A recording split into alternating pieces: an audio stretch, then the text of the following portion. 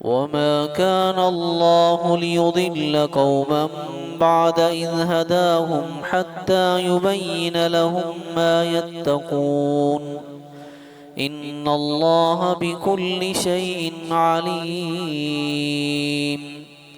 إن الله له ملك السماوات والأرض يحيي ويميت وما لكم من دون الله من ولي ولا نصير لقد تاب الله على النبي والمهاجرين والأنصار الذين اتبعوه في ساعة العسرة من بعد ما كاد يزيغ قلوب فريق منهم ثم تاب عليهم إنه بهم رؤوف رحيم۔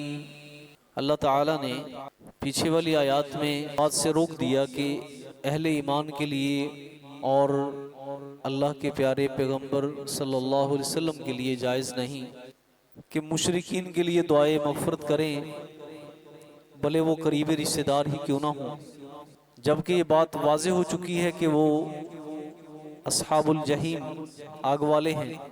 تو جن صحابہ کرام رضوان اللہ علیہ مجمعین نے ان آیات کے نزول سے پہلے دعائے بخشش کی تھی اپنے ان عزیز و اقارب کے لیے جن کو کفر کی حالت میں اور شرک کی حالت میں موت آئی تھی، ان کے لیے جن صحابہ کرام رضوان اللہ علیہ مجمعین نے دعائے بخشش اور دعائے مغفرت کی تھی، اب ان کے دل میں یہ کھٹکا پیدا ہوا کہیں ایسا نہ ہو کہ جو ہم پہلے کام کر چکے ہیں ہمیں بھی نہ گناہ ملے اور ہمیں بھی نہ وہ گمراہ کر دیا جائے کہ ہم نے تو گمراہی والا کام کیا ہے اور اللہ کی نافرمانی کی ہے۔ تو اللہ تعالیٰ نے صحابہ کرام رضوان اللہ علیہ مجمعین کی تسلی کے لیے اس آیت کا نزول فرمایا کہ اللہ تعالیٰ ہدایت دینے کے بعد کسی کو گمراہ نہیں کرتے جب تک اس کے لیے واضح نہیں کر دیتے کہ کن کاموں سے بچنا ہے۔ جو اللہ تعالیٰ نے کام حرام قرار دیے ہیں جب تک ان کی اللہ وضاحت نہیں کر دیتے اس وقت تک اللہ تعالیٰ کسی قوم کو گمراہ نہیں کرتے، اور جب حقائق بالکل واضح کر دیے جائیں اس کے بعد کو کرے گا تو پھر اس کی گمراہی لکھی جائے گی، اس کا گناہ لکھا جائے گا۔ اب چونکہ صحابہ کرام کو پہلے روکا نہیں گیا تھا، جو انہوں نے دعائے بخشش اور دعائے مغفرت کی تھی اپنے ان اقارب کے لیے جو کفر کی حالت میں فوت ہو گئے تھے، تو اللہ تعالیٰ نے فرمایا کہ یہ تمہاری گمراہی نہیں ہے، یہ تمہارا گناہ نہیں ہے، کیونکہ تمہیں پہلے اس سے روکا ہی نہیں گیا تھا۔ جب روک دیا گیا اس کے بعد جو کرے گا تو اس کے لیے گناہ لکھا جائے گا۔ تو اللہ فرماتے ہیں وَمَا كَانَ اللَّهُ لِيُضِلَّ قَوْمًا، اور اللہ ایسا نہیں ہے کہ کسی قوم کو ہدایت کر کے بعد میں گمراہ کر دے۔ اللہ ایسا نہیں کرتے کہ کسی قوم کو ہدایت دینے کے بعد اللہ ان کو گمراہ کر دے۔ مَا كَانَ اللَّهُ لِيُضِلَّ قَوْمًا بَعْدَ إِذْ هَدَاهُمْ، کہ نہیں ہے اللہ تعالیٰ کسی قوم کو گمراہ کرتے بعد اس کے کہ اللہ نے ان کو ہدایت دے دی ہے۔ حَتَّى يُبَيِّنَ لَهُمْ مَا يَتَّقُونَ، جب تک ان چیزوں کو صاف صاف نہ بتلا دیا جائے جن سے وہ ان کا بچنا ضروری ہے، جب تک اللہ اس کی وضاحت نہیں نہ کر دیتے کہ کون سی چیزیں حرام ہیں اس وقت تک اللہ تعالیٰ کسی قوم کو گمراہ نہیں کرتے۔ ان اللہ بکل شیء علیم، یقیناً اللہ تعالیٰ کی ذات ہر چیز کو جاننے والی۔ اللہ تعالیٰ اپنے بندوں کی نیتوں کو بھی جانتے کہ کس نے یہ کام کیا ہے اور کس نیت سے کیا ہے، تو اس لیے اللہ تعالیٰ جناب وہ کسی قوم کو ہدایت دینے کے بعد گمراہ نہیں کرتے۔ بالکل ایسے ہی جیسے تحویل قبلہ ہوا، قبلہ تبدیل کر دیا گیا، تو صحابہ کرام رضوان علیہ مجمعین کے دلوں کے اندر یہ کھٹکا پیدا ہوا کہ ہمارے وہ ساتھی جنہوں نے صرف بیت المقدس کی طرف منہ کر کے نماز پڑھی ہے اور ان کو بیت اللہ کی طرف منہ کر کے نماز پڑھنے کا موقع ہی نہیں ملا اور اس سے پہلے فوت ہو گئے، ان کی نمازوں کا کیا بنے گا؟ تو اللہ تعالیٰ نے وہاں پر بھی وضاحت کی کہ نہیں، کہ اللہ تعالیٰ ان کی نمازوں کو ضائع نہیں کریں، کیونکہ اس وقت تو تحویل قبلہ کا حکم ہی نہیں آیا تھا۔ تو اسی طرح بالکل یہاں پر اللہ فرماتے ہیں کہ ہم نے پہلے آپ کو منع نہیں کیا تھا جب منع کر دیا، اس کے بعد جو توبہ استغفار کرے گا نا اپنے مشرک اور کافر عزیز و اقارب کے لیے جو کفر کی حالت میں دنیا سے چلے گئے ہیں، ان کے اعمال کو تو دیکھا جائے گا کہ انہوں نے ایسا کیوں کیا ہے، لیکن جب روکا ہی نہیں گیا اس سے پہلے جنہوں نے ایسا کام کیا ہے تو اللہ تعالیٰ اسے درگزر کرنے والے. کیوں؟ وہ بادشاہ ہے، وہ مالک ہے.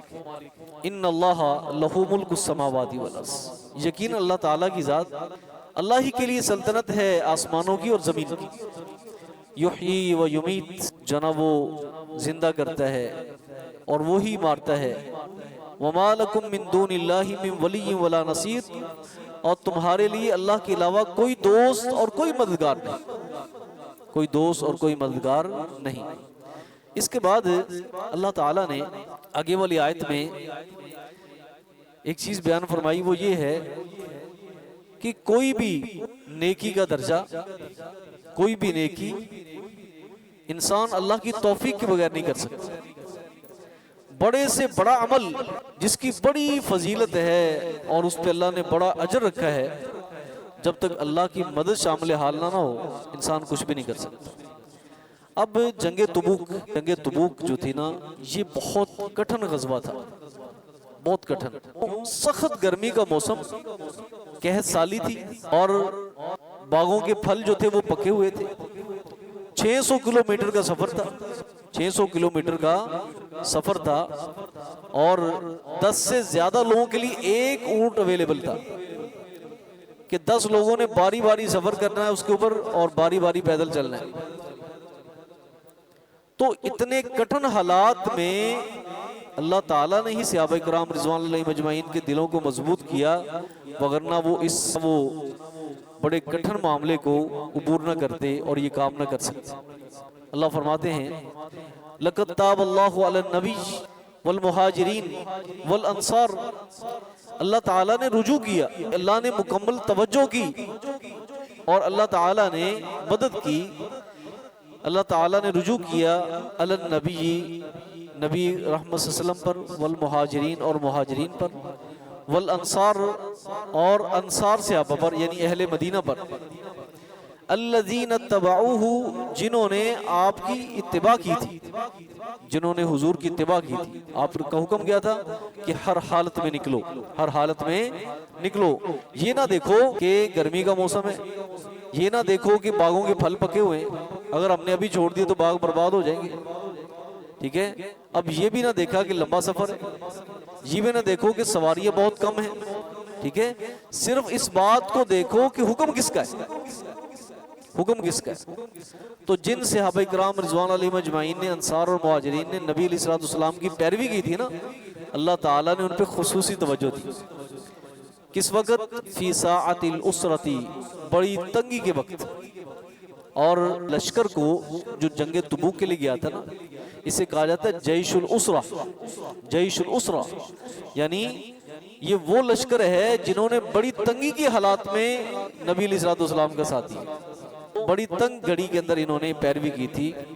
یزیغ قلوب فریق منہم، بعد اس کے کہ ان میں سے ایک گروہ کے دلوں میں سے کچھ تزلزل پیدا ہو چکا تھا، قریب تھا کہ دل ٹیڑے ہو جاتے.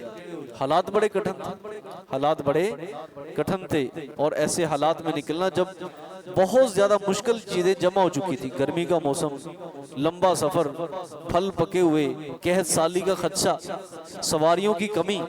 اب ان حالات میں سروائیو کرنا اور نبی علیہ الصلوۃ والسلام کی جناب حکم کی پیروی کرنا یہ کوئی آسان کام نہیں تھا.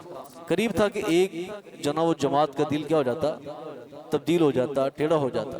لیکن ثم تاب علیہم، پھر اللہ نے ان پہ توجہ کی اور ان کے عمل کو سیدھا کر دیا. تو جو میں نے پہلے بات عرض کی تھی، بڑے سے بڑا عمل ہو یا چھوٹے سے چھوٹا عمل ہو، جب تک اللہ کی توفیق اور مدد شامل حال نہیں ہوتی انسان کچھ بھی نہیں کر سکتا. تو ثم تاب علیہم، پھر اللہ تعالیٰ نے ان کے حال پر توجہ فرمائی. انہ بہم رؤوف رحیم، اور یقیناً اللہ تعالیٰ کی ذات ان پہ بہت شفقت اور مہربانی کرنے والی ذات ہے، بڑی شفیق اور بڑی مہربان ذات ہے.